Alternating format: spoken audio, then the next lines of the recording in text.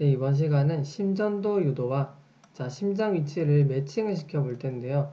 여러분, 이 유도가 그냥 있는 게 아니라요.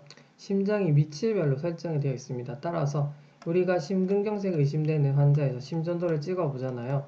그러면 예를 들어서 2, 3 AVF에서 S 엘리베이션이 나타났다라고 하면요. 이걸 우리가 통해서 역으로 심장이 어떤 부위가 경색이 일어났겠다라는 걸 위치를 추론해 볼 수 있어야 되는 겁니다. 그래서 2, 3, AVF 우리가 이걸 보통 인페리얼 월 인팍션을 나타내는 리드라고 하잖아요. 즉 이게요 다 묶음이 있습니다. 그래서 우리가 안테로 레터럴에 해당하는 리드가 뭐냐, 안테로 septal은 어디냐, 이런 식으로 여러분이 알고 있으셔야 됩니다. 일단은 유도에 대해서 조금만 이해를 해주시면 되는데요. 립리드, 즉 이게 이제 사지유도죠. 사지유도는 환자가 서 있을 때 그쵸, 빵긋 웃고 있는 이 모습을 보는, 그쵸, 지금 여러분이 화면을 보는 방향이랑 똑같습니다.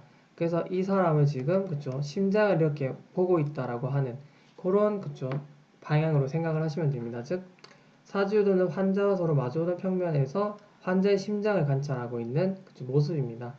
그 다음에 요거는 흉부유도인데요. 흉부유도는 프리코디알 리드라고 하죠. 이거는 환자가 이제 그쵸, CT를 찍는 것처럼 누워 있는데요.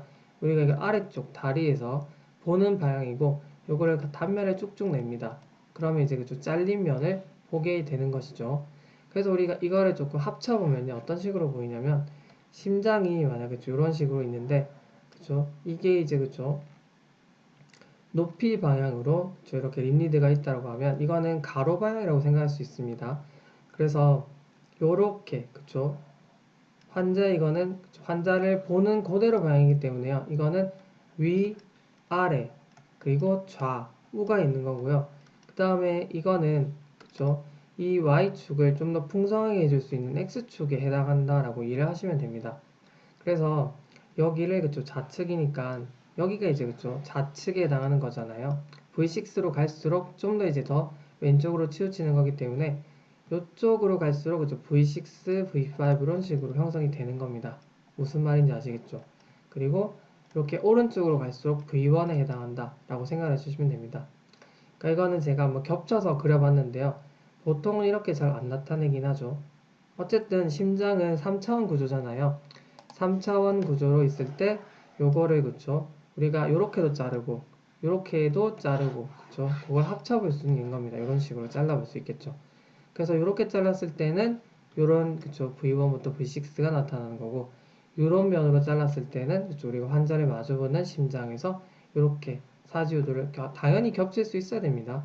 그게 원래 그쵸, 진짜니까요. 그러면 제가 아까 요게 이제 위 아래라고 말씀을 드렸죠. 그래서 아래쪽 유도가 보통 3, 2, AVF 이걸 묶음을 쓰는 거고요. 그 다음에 여기를 좌측, 왜냐면 환자가 서 있을 때 그 심장을 관찰하고 있는 거니까요. 이렇게. 그러면 우리가 이 원과 AVL을요 좌측에 있다 또는 그쪽 심장의 가쪽에 있다라고 해서 보통 가쪽벽, 그쪽 좌측 유도라고 합니다. 그 다음에 AVR은요, 약간 오른쪽에 있죠. 우측이면서 위쪽에서 보는 방향이라고 생각을 해주시면 됩니다. 그 다음에 여기 보시면요, 이거는 그쵸, 딱 누워있는 거죠. 그쵸? 척추가 보이죠. 누워있는데 심장을 이렇게 딱 자른 겁니다.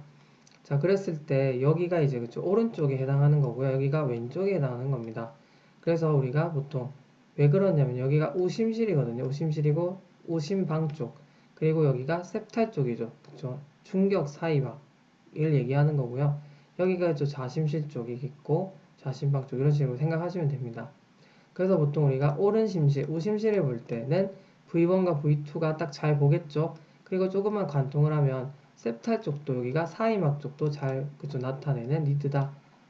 그 다음에 V3라든지 V4는요 보시면 사이막을 그쵸, 사이막을 또 이렇게 3도 살짝 겹치긴 하거든요. 그래서 사이막에 V3를 넣기도 하는데요. 이 두 개를 묶으면 우리가 보통 앞쪽이다. 그쵸? 뭔가 심장의 앞쪽을 나타내고 있죠. 그래서 우리가 보통 앞쪽벽 유도라는 말을 씁니다. 그 다음에 V5나 V6는 굉장히 이제 그쵸? 좌측의 끄트머리, 가쪽벽 유도라고 하거든요. 그러면 뭔가 겹치는 게 있죠. 아까 좌측의 가촉벽 요도가 여기 있었죠. 그죠? 1 AVL 그리고 V5, V6 이거를 우리가 묶어서 가촉벽 요도라는 말을 쓰게 되는 거죠. 그러니까 레터럴, 그죠? 레터럴 나타내는 거다. 그런데 여기다가 우리가 앞쪽을 같이 섞어주면요. 결국에는 안테로 레터럴이라는 말을 쓰게 되는 거고요. 그죠? 안테로 레터럴에 해당하는 리드는 총, 그죠? 이것까지 묶으면 1, AVL, 그리고 3, 4, 5, 6, 6개를 그쵸? 붙여주면 되는 거죠. 자, 이런 식으로 넣어주시면 되고요. 만약에 안테로 셉탈이라고 하면요.